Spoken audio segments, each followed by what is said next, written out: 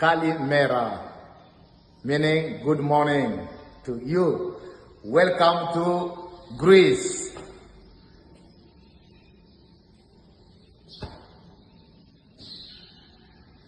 The Greece has got a long history, but today I am going to talk a bit about the period between the 5th century to 4th century before Jesus Christ.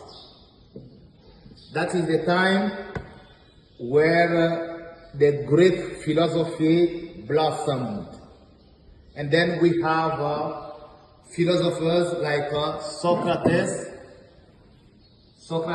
You will see the image of Socrates.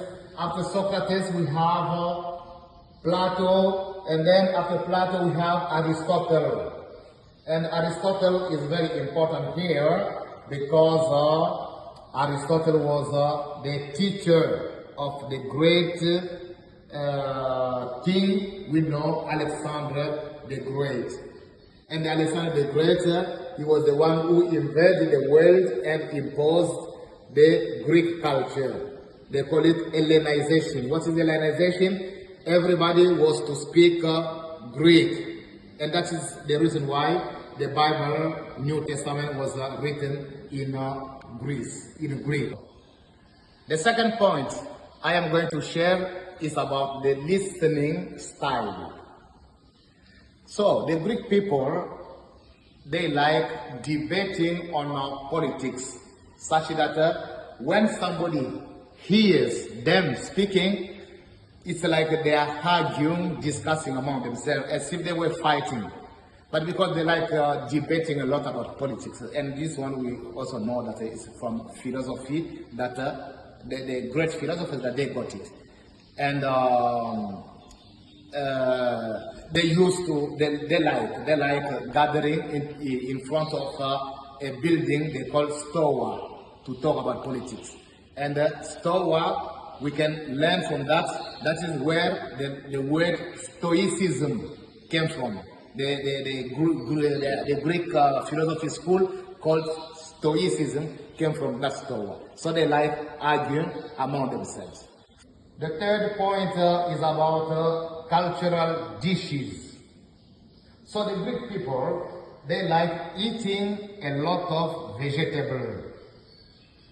And apart from vegetable, they also like eating fish, a lot of fish, seafood, olive, snacks, bread.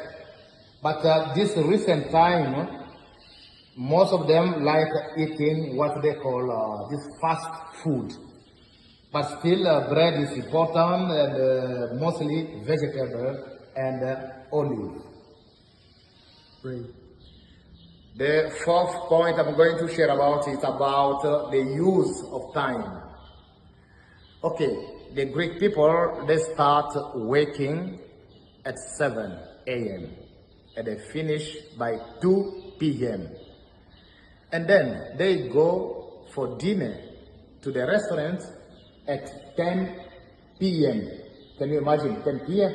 And they stay there to come back home by midnight. Fifth point, will I recommend my congregation, the Divine Word Missionaries, to work in Greece? Yes, I do. But the missionary work of the Divine Word Missionary would be more of a witness, a presence, Why? Because Greece is made of a lot of Orthodox Christians. And then there is a good understanding between the Christians and the Orthodox, such that they frequent the church of one another. So I'm going to recommend my congregation to do the missionary work, which is more of a witness of life. What has the Greek culture offer to the world, especially to the Western world? Civilization. Philosophy is one of them. Olympic Games, and these are ones of the many things the Greek culture has offered to the world. Another thing we learn from the Greek culture is